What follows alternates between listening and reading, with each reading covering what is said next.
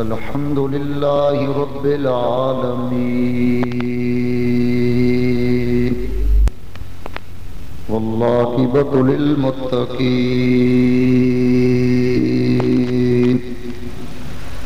والصلاة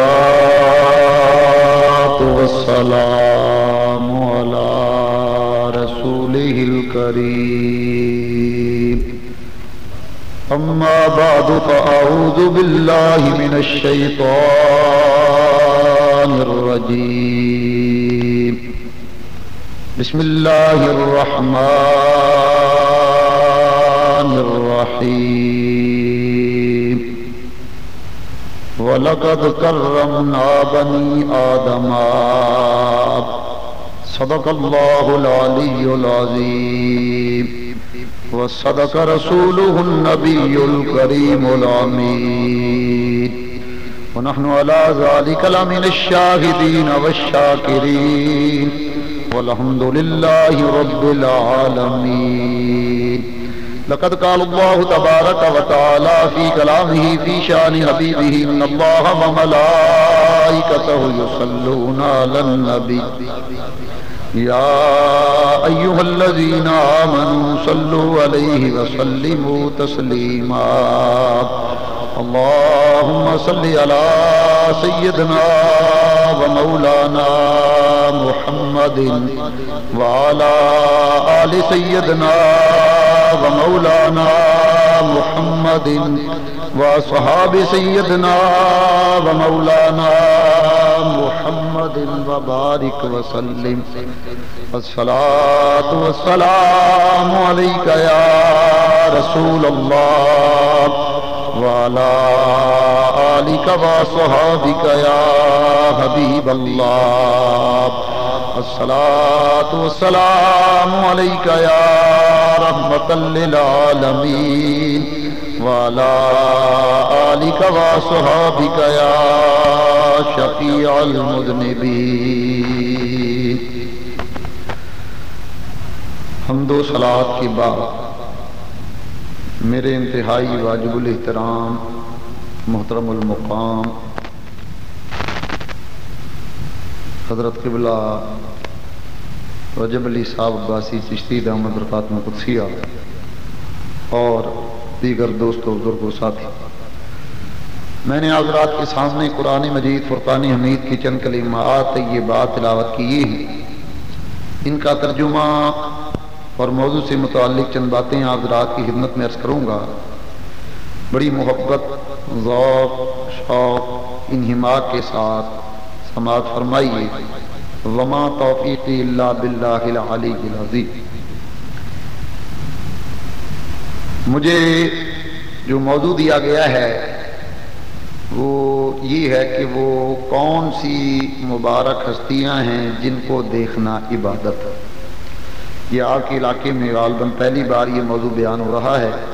بڑی محبت کے ساتھ سماعت فرمائیے. میں نے تقریباً 5-6 احادیث جمع کی ہیں جن میں یہ ذکر آتا ہے کہ کون کون سی وہ ہستیاں ہیں جن کو دیکھنا عبادت ہے. پہلی حدیث بڑی محبت کے ساتھ ذوق شوق کے ساتھ سماعت فرمائیے. نبی پاک علیہ السلام نے فرمایا النظر الی مصحف عبادت او کما قال النبی صلی اللہ علیہ وسلم. حضور نبی پاک علیہ السلام نے فرمایا قرآن کو دیکھنا عبادت ہے. یاد رکھیے قرآن کا پڑھنا بھی عبادت، قرآن کا پڑھانا بھی عبادت، قرآن کا چھاپنا بھی عبادت، قرآن کا چھپوانا بھی عبادت، قرآن کا تقسیم کرنا بھی عبادت اور قرآن کا دیکھنا بھی عبادت. اور جو فرمائیے قرآن اللہ تبارک و تعالی کی من جملہ آسمانی کتابوں میں سے ایک آسمانی کتاب. اللہ نے آسمان سے تقریباً 104 کتابیں اور صحیفے نازل فرمائے. ان میں سب سے زیادہ اعلیٰ اور ارفع کتاب قرآن مجید اللہ کی کتاب. اور یہ قرآن ہمارے نبی پاک کا عظیم و شان معجزہ ہے. کیسے؟ دیکھو قرآن کے علاوہ باقی جتنی کتابیں ہیں یہ کتابیں اس وقت دنیا میں ناپید ہو چکی، کوئی کتاب اصل حالت میں موجود نہیں، لیکن قرآن اللہ کی وہ کتاب ہے جو قیامت تک اصل حالت میں موجود رہے گی۔ کسی نے اس کا ترجمہ کیا یا رسول اللہ یا حبیب اللہ صلی اللہ علیہ وسلم، زمین بدلے زمان بدلے نہ بدلے معجزہ ان کا، زمین بدلے زمان بدلے نہ بدلے معجزہ ان کا، اسے دنیا میں اعجاز کلام اللہ کہتے ہیں۔ قرآن حضور نبی پاک علیہ السلام کا معجزہ ہے۔ سنو بیٹا، بڑی پیاری باتیں آ رہی ہیں، بڑی محبت کے ساتھ سماعت فرمائیے۔ حضور نبی پاک علیہ السلام نے فرمایا، اللہ نے موسیٰ علیہ السلام پر وحی کی، اے موسیٰ میں نے اپنے محبوب کی امت کو 2 نور عطا فرمائے ہیں جس کی وجہ سے وہ 2 اندھیروں سے دور ہو جائیں گے۔ موسیٰ علیہ السلام نے اللہ کی بارگاہ میں عرض کی، یا رب العالمین وہ 2 نور کون سی ہیں اور وہ 2 اندھیرے کون سے ہیں جو تو نے اپنے محبوب کی امت کو عطا فرمایا؟ اللہ نے فرمایا، اے کلیم ایک نور تو رمضان کا ہے اور دوسرا نور قرآن کا ہے۔ رمضان کا نور اس لیے دیا کہ قبر کا اندھیرا دور ہو جائے، اور قرآن کا نور اس لیے دیا تاکہ حشر کا اندھیرا دور ہو جائے۔ نعرہ تکبیر، اللہ، نعرہ رسالت۔ حضرت علی المرتضی رضی اللہ تعالی عنہ فرماتے ہیں، نبی پاک علیہ السلام نے فرمایا، اقرأوا القرآن حتی یاتیک الیقین، او کما قال النبی صلی اللہ علیہ وسلم۔ حضور نے فرمایا، اے علی المرتضی قرآن پڑھتے رہو، پڑھاتے رہو حتیٰ کہ تمہیں یقین یعنی موت آ جائے۔ عرض کیا سو اللہ قرآن پڑھتے ہوئے پڑھاتے ہوئے اگر موت آ گئی تو مجھے کیا ملے گا؟ نبی پاک علیہ السلام نے فرمایا، اگر قرآن پڑھتے ہوئے پڑھاتے ہوئے تجھے موت آ گئی تو اللہ تعالیٰ کے فرشتے تیری قبر کی اس طرح زیارت کریں گے جس طرح حاجی لوگ خانہ کعبہ کی زیارت کرتے ہیں۔ نعرہ تکبیر، اللہ، نعرہ رسالت، نعرہ حیدری، حیدری، حیدری۔ قرآن پڑھنا عبادت میں نے پہلے بتایا، سنو ذرا غور سے۔ قرآن اللہ کی وہ برگزیدہ کتاب ہے کہ جس کی حفاظت کا ذمہ اللہ نے لیا۔ اللہ تعالیٰ قرآن پاک میں ارشاد فرماتا، نحن نزلنا الذکر وإنا لہ لحافظون۔ اللہ فرماتا ہے اس ذکر کو یعنی اس قرآن کو ہم نے نازل کیا اور ہم ہی اس کی حفاظت کریں گے۔ دیکھو اللہ نے قرآن کی حفاظت کس طرح کی۔ کتاب کا نام ہے جواہر البحار فی فضائل النبی المختار، لکھنے والے علامہ نبھانی رحمۃ اللہ علیہ، اور علامہ نبھانی وہ ہیں کہ آپ فرماتے ہیں نبی پاک علیہ السلام میرے زمانے میں اگر کسی کو اپنی زیارت کرانا چاہتے تھے تو میری شکل میں آ کر زیارت کرایا۔ وہ فرماتے ہیں خلیفہ مامون رشید کا دربار لگا ہوا ہے، ایک عیسائی عالم بادشاہ کے دربار میں آ گیا۔ بادشاہ نے کہا کہ تو مجھے پسند آ گیا ہے، میں یہ چاہتا ہوں کہ تو کلمہ پڑھ کر مسلمان ہو جائے۔ اس یہودی عیسائی نے کوئی جواب نہیں دیا، وہ چلا گیا، اور 1 سال کے بعد آیا تو اب وہ مسلمان بھی تھا اور فقہ میں بڑے احسن طریقے سے کلام کرتا تھا، مطلب یہ کہ اس کو فقہی مسائل بڑے یاد۔ بادشاہ نے کہا، خلیفہ نے کہا یہ تغیر و تبدل کیسے واقع ہو گیا؟ تو 1 سال پہلے کافر تھا، مسلمان کیسے ہو گیا؟ اس نے کہا جناب بندہ بات یہ کہ آپ نے جب مجھے حکم دیا مسلمان ہو جا، میں آپ کے دربار سے نکلا، اپنے گھر آ گیا، میں نے خیال کیا تینوں ادیانوں کا مطالعہ کرنا چاہیے، اسلام کا، یہودیت کا، عیسائیت کا مطالعہ کرنا چاہیے۔ میں نے سب سے پہلے عیسائیوں کی انجیل کو لی، اس میں نے کمی بیشی کی، کچھ عبارتیں بدل دی، انجیل کو تبدیل کیا، اور وہ انجیل لے جا کر میں نے اہل گرجا پر پیش کی۔ عیسائیوں نے وہ انجیل دیکھی، کہا یہ تو ہمارا کلام ہے، آمنا و صدقنا، انہوں نے مان لیا اور کہا واقعی یہ ہماری انجیل۔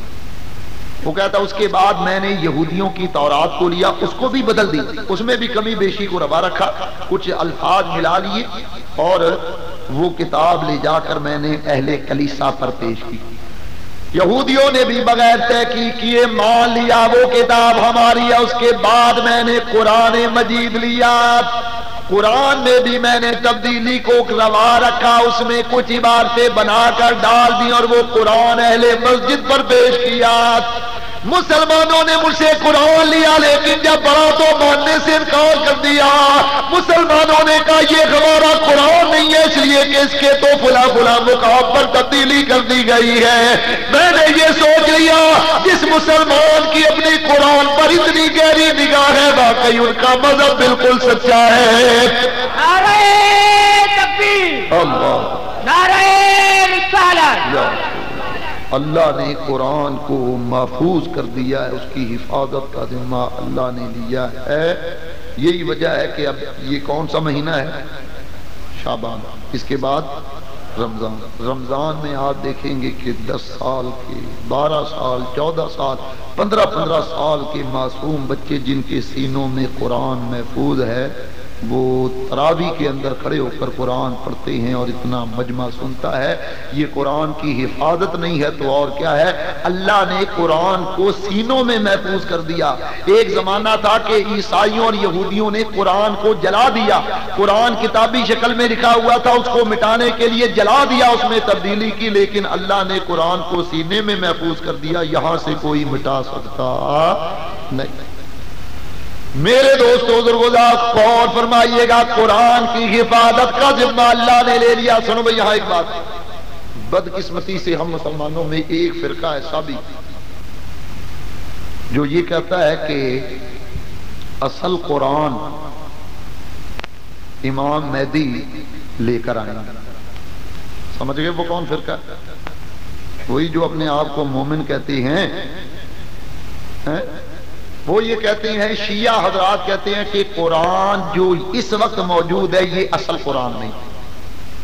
کیوں کہتے ہیں؟ اس لیے کہ اس قرآن کو صدیق اکبر، فاروق اعظم، عثمان غنی نے جمع کی، اور وہ ان تینوں صحابہ کو معاذ اللہ گالیاں دیتے ہیں، برا بلا کرتے ہیں۔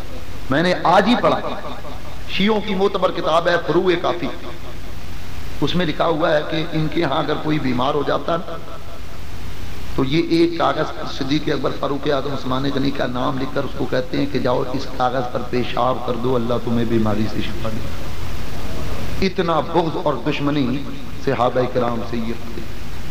وہ یہ کہتے ہیں کہ اصل قرآن امام مہدی سرمن نامی ایک غار میں لے کر چھپے ہوئے ہیں، اور وہ قرآن جب قیامت قریب ہوگی تو لے کر آئیں گے، اور وہ قرآن 70 گز لمبا اور اونٹ کی ران کے برابر موٹا ہوگا۔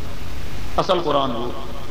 میں یہ کہتا ہوں کہ اگر اصل قرآن وہ ہے تو شیعہ حضرات آج یہ لکھ کر دے دیں کہ اس وقت جو قرآن رائج ہے یہ غلط قرآن ہے، اور یہ بتائیں کہ وہ نماز میں کون سا قرآن پڑھتے ہیں، وہ قرآن جو امام مہدی لے کر چھپے ہوئے ہیں یا یہ قرآن پڑھتے ہیں۔ ایک بات۔ دوسری بات یہ کہ امام مہدی جو قرآن لائیں گے کہتے ہیں 70 گز چوڑا ہے۔ سوچنے کی بات یہ کہ 70 گز کو اگر فٹ میں تقسیم کیا جائے تو 210 فٹ بنتا ہے۔ امام مہدی کون سی گاڑی پر رکھ کر اتنا بڑا قرآن لائیں گے؟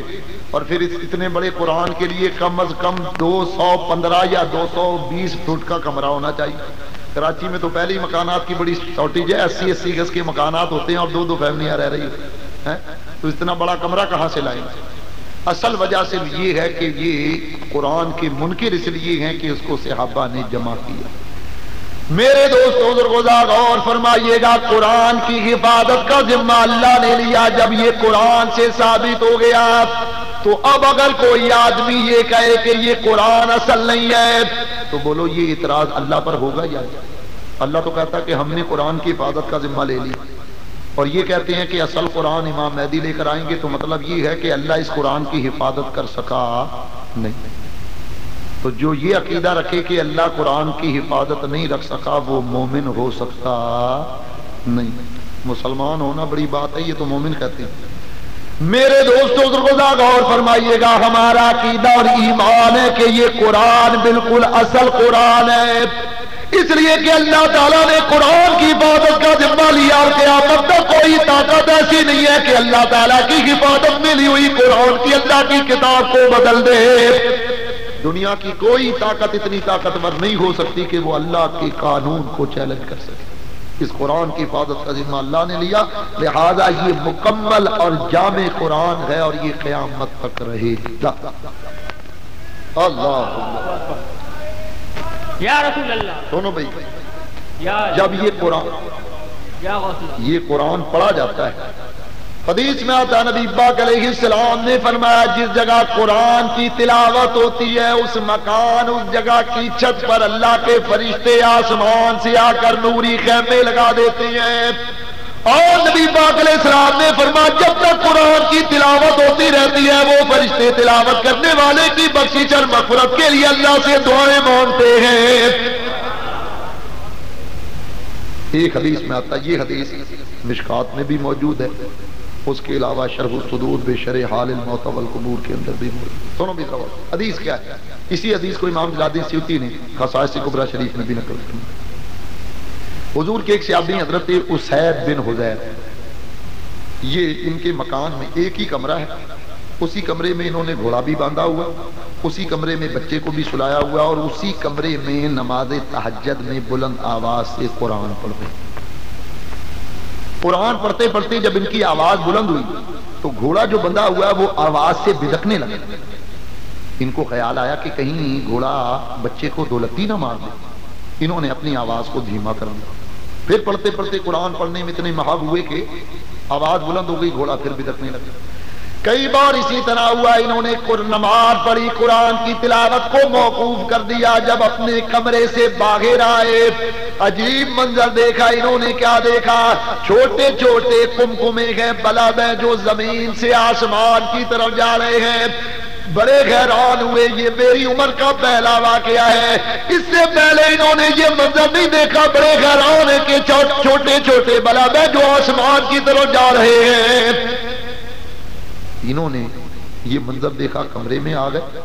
جب فجر کی نماز کا وقت ہوا تو مسجد نبی آئے اور حضور کو یہ سارا واقعہ بیان کیا۔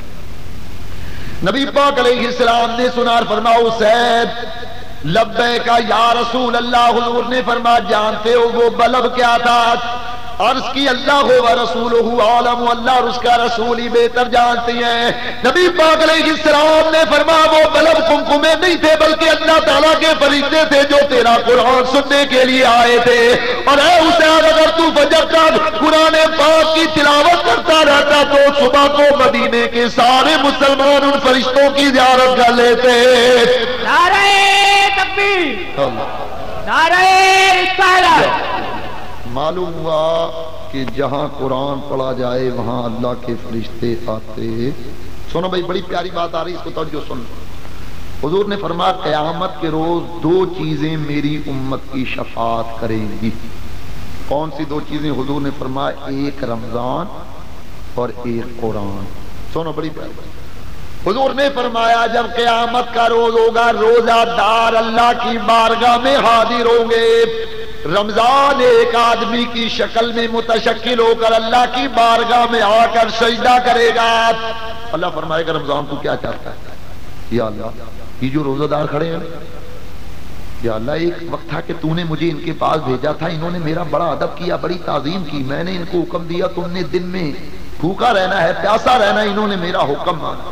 یا اللہ انہوں نے میرے مرتبے کو ملحوظ خاطر رکھا، انہوں نے میرا بڑا اکرام کیا، بڑی عزت کی ہے۔ یا اللہ یہ میرے مہمان ہیں، ان کے پاؤں میں جوتا نہیں ہے، میں یہ چاہتا ہوں روزہ داروں کو جنتی جوتا عطا کیا جائے۔ اللہ فرشتوں سے فرمائے گا فرشتوں ان روزہ داروں کو جنتی جوتے عطا کر۔ پھر رمضان آ کر اللہ کی بارگاہ میں سجدہ کر۔ اللہ فرمائے گا رمضان تو اب کیا چاہتا ہے؟ رمضان کہے گا یا اللہ جب میں ان کے پاس گیا تھا انہوں نے میرا بڑا اکرام کیا، بڑی عزت کی، یا اللہ انہوں نے میرے مرتبے کو مرحوظ خاطر رکھا تھا۔ یا اللہ یہ میرے مہمان ہے، پروردگار عالم ان کے جسم پر کوئی لباس نہیں ہے، میں چاہتا ہوں ان کو جنتی لباس دیا جائے۔ اللہ فرشتوں کو فرمائے گا کہ روزہ داروں کو جنتی لباس بھی مل جائے. پھر رمضان آ کر اللہ کی بارگاہ میں سجدہ کرے. اللہ فرمائے گا رمضان اب تو کیا چاہتا ہے؟ یا اللہ جب میں ان کے بعد گیا تھا انہوں نے میرا ہر حکم مانا, میرے مرتبے کو پہچانا, آج یہ میرے مہمان ہے, یا اللہ یہ پیدل چلتے ہوئے اچھے نہیں لگتے, میں چاہتا ہوں روزہ داروں کو جنتی سواریاں بھی دے دی جائے. اللہ فرشتوں سے فرمائے گا کہ رمضان کی اس شفاعت کو قبول کرو اور روزہ داروں کو جنتی سواریاں عطا کرو. پھر رمضان آ کر اللہ کی بارگاہ میں سجدہ کرے. اللہ فرمائے گا رمضان تو اب کیا چاہتا ہے؟ رمضان کہے گا یا اللہ جب میں ان کے پاس گیا تھا انہوں نے میرا بڑا اکرام کیا, بڑی عزت کی, بڑا شرف بزرگی, انہوں نے میری ہر بات کو مانا. یا اللہ آج یہ میرے مہمان ہیں, یہ سروں سے ننگے ہیں, میں چاہتا ہوں ان کو جنتی تاج بھی پہنا دی. نعرہ تکبیر, نعرہ رسالت, نعرہ حیدری. روزہ دار کو جنتی تاج بھی مل جائے گا. رمضان پھر آ کر اللہ کی بارگاہ میں سجدہ کرے گا. اللہ فرمائے گا رمضان تو اب کیا چاہتا ہے؟ رمضان کہے گا یا اللہ میری ایک آخری خواہش ہے. اللہ فرمائے گا ان کو جنتی جوتا بھی مل گیا, لباس بھی مل گیا, تاج بھی مل گیا, جنتی سواری بھی مل گئی, اب تو کیا چاہتا؟ یا اللہ میری ایک آخری خواہش ہے. اللہ فرمائے گا وہ کیا؟ یا اللہ روزہ داروں نے تیرے نبی کی اطاعت اور فرما برداری کی ہے, میں یہ چاہتا ہوں روزہ داروں کو جنت میں وہ مقام دیا جائے جہاں سے کھڑے ہو کر یہ جب چاہے تیرے محبوب کا دیدار کر لیا کرے. اللہ یا روزہ دار کو جنت میں وہ مقام ملے گا کہ وہ وہاں سے جب چاہے گا نبی پاک کا دیدار کر لے گا. اس طرف قرآن نے بھی اشارہ کیا. اللہ تعالیٰ قرآن پاک میں ارشاد فرماتا ہے انعم اللہ علیہم من النبیین والصدیقین والشہداء والصالحین. اللہ فرماتا ہے جس نے نبی کی اطاعت اور فرما برداری کی ان کو ان لوگوں کی معیت نصیب ہوگی. وہ ان لوگوں کے ساتھی ہوں گے جو نبی ہوں گے, صدیق ہوں گے, شہید ہوں گے, صالحین اولیاء کرام ہوں گے. ایک تو قرآن رمضان شفاعت کرے گا, دوسرا قرآن اللہ کی بارگاہ میں شفاعت. قرآن کہے گا یا رب العالمین یہ روزہ دار جو آئے ہوئے ہیں میں نے ان سے کہا تم نے رات کو تراویحوں میں مجھے سننا, انہوں نے میری بات کو مانا. میں نے ان سے کہا تم نے تہجد میں مجھے پڑھنا, انہوں نے میری بات کو مانا. میں نے ان سے کہا تم نے دن میں کچھ کھانا پینا نہیں ہے, انہوں نے میری بات کو مانا. میں نے ان سے کہا رونے کی حالت میں بیوی کے قریب نہیں جانا, انہوں نے میری بات کو مانا ہے. یا اللہ میں یہ چاہتا ہوں کہ آج کے دن میری شفاعت کو روزہ داروں کے حق میں قبول فرما لے. اللہ رمضان کی شفاعت, قرآن کی شفاعت کو قبول کر کے روزہ داروں کو جنت میں داخل کر دیتا. یہی وجہ حدیث میں آتا حضور نے فرمایا قرآن کو اپنے اوپر لازم کر لو. حضور نے فرمایا قرآن کی تلاوت کو اپنے اوپر لازم کر لو, اس لیے کہ قیامت کے روز قرآن شفاعت کے لیے میدان محشر میں تم سے ملاقات کرے گا. دیکھو جو قرآن کی تلاوت کرتے ہیں ان کو کیا مقام اور مرتبہ ملتا ہے. بڑی پیاری حدیث آپ کو سنا رہا. نبی پاک علیہ السلام کی عادت مبارکہ یہ کہ سرکار جب نماز تہجد, دیکھو یہ بات توجہ سنیے, رمضان کا مہینہ یہ تہجد کی پابندی کا بڑا بہترین موقع ہے. دیکھو کون اتنا مجمع ہے, اس میں کون آدمی ایسا جو یہ چاہتا کہ قیامت کے روز بلا حساب و کتاب جنت میں داخل ہو. بس دو چار ہی چاہتے ہیں, چنگا کام ہے نا. سنو دعوت نسخہ میں بتا رہا ہوں بغیر فیس کے. آج کل ڈاکٹر اور وکیل بغیر فیس کے مسئلہ نہیں بتاتا. سنو بے دعوت حضور نے فرمایا جو یہ چاہتا کہ قیامت کے روز بلا حساب و کتاب جنت میں داخل ہو جائے, اور سحری میں سب نے اٹھنا ہوتا ہے, سحری کے لیے اٹھو 15 منٹ پہلے اٹھ جاؤ, وضو کر لو, 2 رکعت نماز تہجد پڑھ لو. ویسے تو 8 رکعت پڑھنی چاہیے لیکن اگر 2 رکعت بھی پڑھ لیں گے تو یہ نفل ہے, آپ کی نماز تہجد ہوگی. 30 دن یہ اور 10 دن طبیعت پر جبر کر کے اور نماز تہجد پڑھ لو. حدیث میں آتا کہ جو 40 دن تک نماز تہجد پابندی سے پڑھے گا اس کی طبیعت ثانیہ بن جائے گی، پھر وہ چھوڑنا بھی چاہے گا تو نہیں چھوڑ سکے. نماز تہجد کا فائدہ یہ ہے کہ نماز تہجد پڑھنے والے کا چہرہ نور علی نور ہو جاتا ہے. تہجد کی نماز پڑھنے والے پر جادو ٹونا یہ کالا علم اثر نہیں کرتا. نماز تہجد پڑھنے والے کے رزق کو اللہ زیادہ کر دیتا ہے. نماز تہجد پڑھنے والے کی پریشانیاں اللہ دور فرما دیتا ہے. اور جو نماز تہجد کا پابند ہوتا ہے بیماریاں خود بخود اس سے دور ہو جاتی ہیں. اس لیے نماز تہجد کی پابندی حضور نبی پاک علیہ السلام کا طریقہ تھا. حضور نماز تہجد پڑھنے کے بعد کبھی کبھی اپنے صحابہ کی نمازوں کو ملاحظہ. ایک دن حضور حجرے سے نکلے، جانا ہی مقصود. کوئی آدمی کسی بھی دروازے سے جنت میں داخل ہو جائے، مقصود تو جنت میں ہی جانا ہے. لیکن یا رسول اللہ کیا کوئی آپ کا ایسا امتی بھی ہے جس کو جنت کے 8 دروازوں سے آواز آئے گی کہ تو ہم میں سے جنت میں داخل ہو؟ حضور نے فرمایا ہاں میرا ایک امتی ایسا جس کے لیے جنت کے 8 دروازے آواز دیں گے. یا رسول اللہ وہ کون ہے؟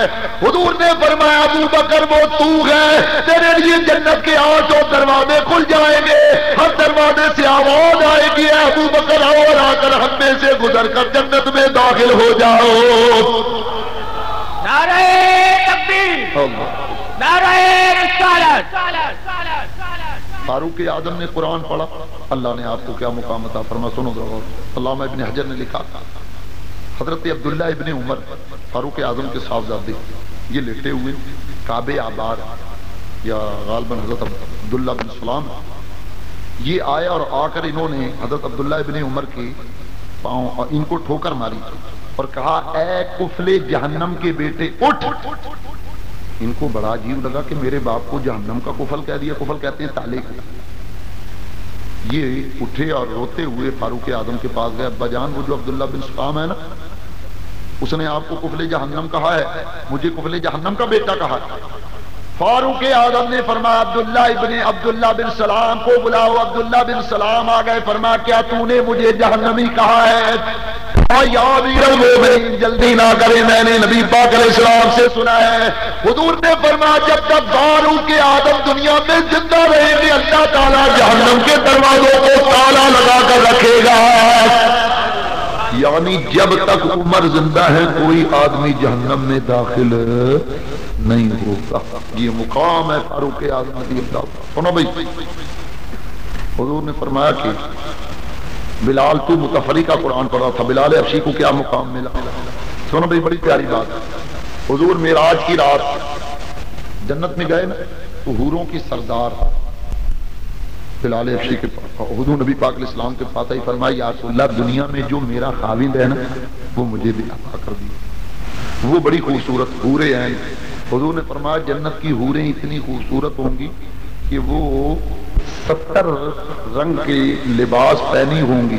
انہوں نے 70,000 لباس پہنے ہوں گے اور اس کے باوجود بھی ان کی پنڈلی کی ہڈی کا گودا بھی نظر آئے گا. اتنی شفاف اور خوبصورت ہوں گی. وہ حورے عین جو حوروں کی سردار وہ حضور کی بارگاہ میں آئی. یا رسول اللہ میرا خاوند مجھے عطا کیا جائے. وہ یہ خیال کرتی تھی میں بڑی خوبصورت ہوں تو میرے لیے حضور نے کوئی خوبصورت آدمی چنا. یا رسول اللہ آپ نے میرے لیے کس کو پسند کیا؟ حضور نے فرمایا ہم نے تیرے لیے اپنے بلال کو پسند کیا. یا رسول اللہ بلال اچھی میں نے سنا وہ رنگ کا کالا ہے، اس کی پیشانی ابری ہوئی ہے، گال پچکے ہوئے، ہونٹ موٹے ہیں، تھیکے نکوش کا. یا رسول اللہ مجھے بلال پسند نہیں. حضور نے فرمایا تو میرے بلال سے انکار کرتی ہے، مجھے اپنے بلال سے بھی تو پوچھ لینے دے کہ وہ مجھے چھوڑ کر تیرے پاس بھی جانا چاہتا ہے یا نہیں. علماء کرام نے لکھا بلال حبشی کا رنگ کالا ہے، قیامت کا روز ہوگا بلال حبشی کا یہ کالا رنگ جنت کی حوروں کے ماتھے کا پل بنایا جائے گا. حضور معراج کی رات واپس آئے، فرمایا بلال ہم نے جنت میں حوروں کی سردار سے تیرا نکاح کر دیا، تجھے قبول ہے؟ اس کی یاد سوچا کرا بہت لاکھ حوریں بھی دے تو میں آپ کو نہیں چھوڑ کرتا.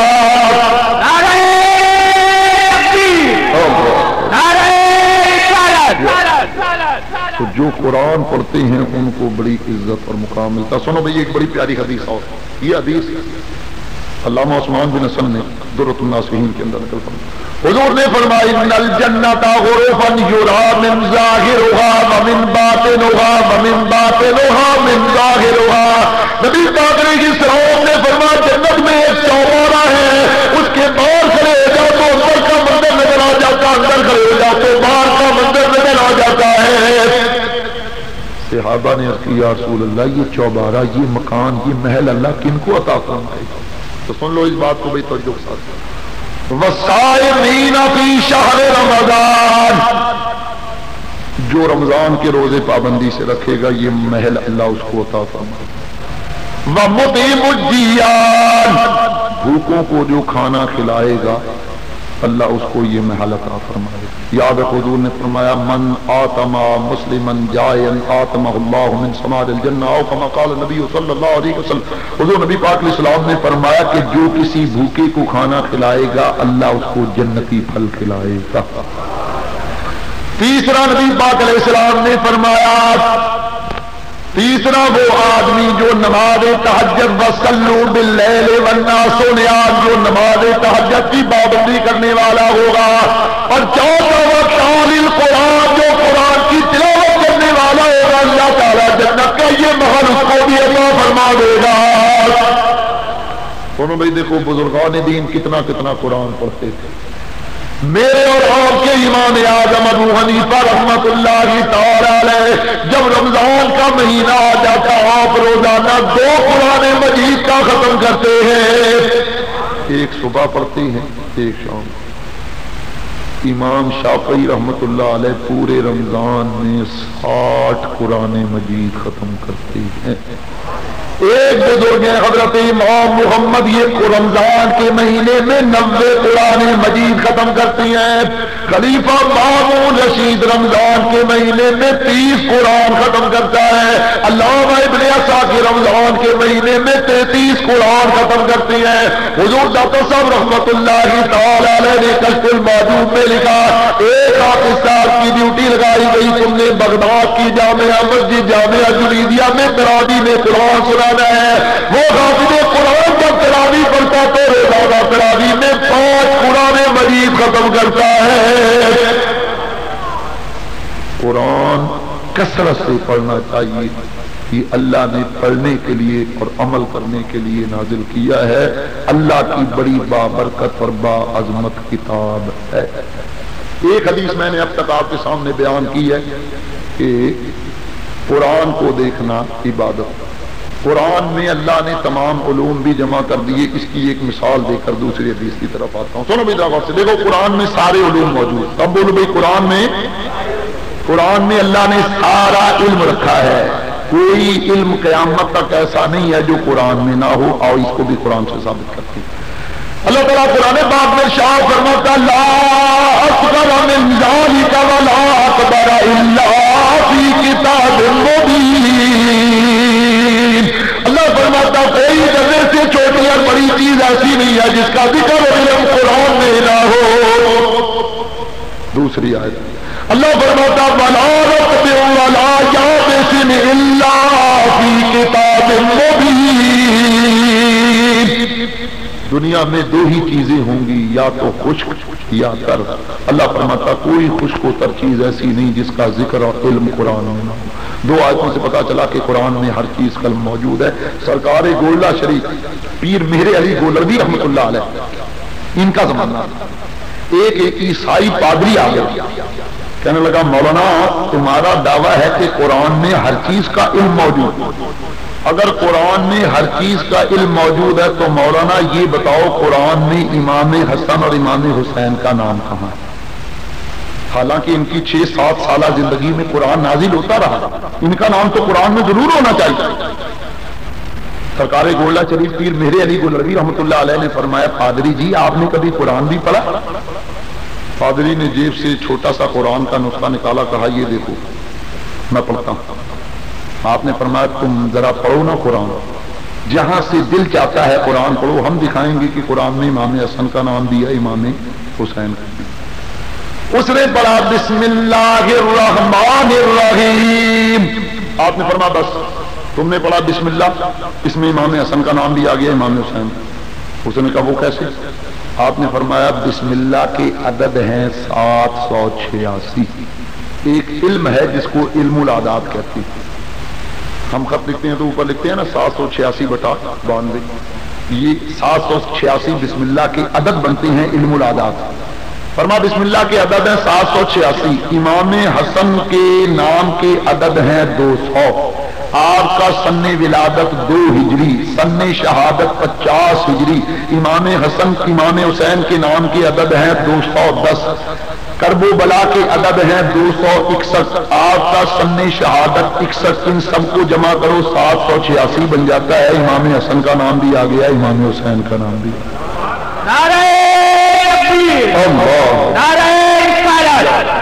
قرآن میں ہر چیز کا علم موجود ہے. حضرت علی رضی اللہ تعالیٰ عنہ کا زمانہ آیا, ایک یہودی آ گیا, اے علی تمہارا دعویٰ ہے کہ قرآن میں ہر چیز کا علم موجود ہے. اگر قرآن میں ہر چیز کا علم موجود ہے تو یہ بتاؤ میری تمہاری داڑھی کا ذکر کہاں ہے؟ دکھاؤ میری اور تمہاری داڑھی کا ذکر قرآن میں کہاں؟